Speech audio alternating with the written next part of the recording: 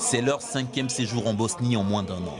Retour à Sarajevo pour ces enquêteurs français aux allures de détectives privés, mandatés par des avocats américains, par 5600 familles, les proches des victimes du 11 septembre. Ils viennent ici traquer l'argent d'Al-Qaïda dans un pays soupçonné d'abriter des financiers du terrorisme. La Bosnie, c'est un concentré finalement de tous les éléments qui nous intéressent sur notre problématique du terrorisme. Il y a à la fois les banques qui ont participé au financement, il y a les ONG qui ont alimenté le terroriste, soit en hommes, soit en fonds parfois, et souvent en armes. Il y a des sociétés qui ont joué un double jeu et surtout un rôle de paravent pour le réseau terroriste. Ce matin-là, ils ont rendez-vous à la Cour d'État chargée de la lutte contre le terrorisme. Ils viennent remettre des documents à la justice bosniaque, une mine d'or sur l'histoire d'Al-Qaïda et de ses généreux financiers. Ces documents ont été saisis en Bosnie dans les bureaux d'une ONG saoudienne qui était dirigée par un ancien directeur opérationnel d'Al-Qaïda. Dans ces documents, il y a notamment ce qu'on appelle la Golden Chain. La Golden Chain, c'est la liste des principaux soutiens financiers d'Al-Qaïda. Voici l'original en arabe de cette liste authentifiée et traduite par le FBI. Parmi les principaux donateurs, Ben Laden, mais aussi 19 hommes d'affaires, tous saoudiens, tous en liberté. Certains font l'objet d'une enquête. Parmi ces documents, une lettre interne à Al-Qaïda. Sur un papier à l'entête du Croissant Rouge saoudien, il est question de commande d'armes. Au bas de la page, un mot manuscrit signé Oussama Ben Laden.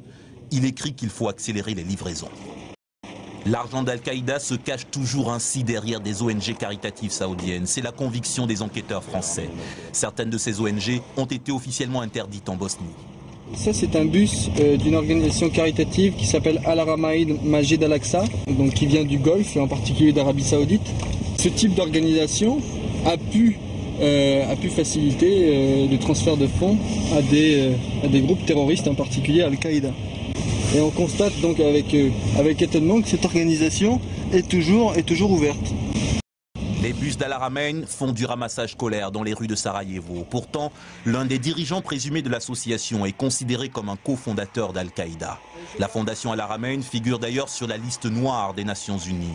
D'après un rapport des services secrets bosniaques, c'est une organisation qui a servi de canal financier à des groupes terroristes.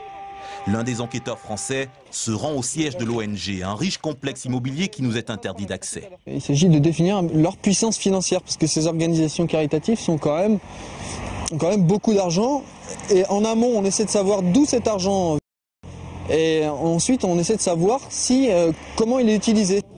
Les enquêteurs ont retrouvé les traces d'un virement de cette fondation adressé à un banquier, Yassine Al-Kadi, un homme qui figure lui aussi sur la liste noire des personnes finançant le terrorisme. Mais aujourd'hui, l'argent de la terreur est plus difficile à pister. Les billets, les enveloppes passent désormais de main en main. Le réseau Al-Qaïda s'est adapté. Pour l'instant, cette traque mondiale donne des résultats modestes, à peine 200 millions de dollars saisis ou gelés. La faute au manque de coopération internationale. Pour eux, la guerre financière contre le terrorisme ne fait que commencer.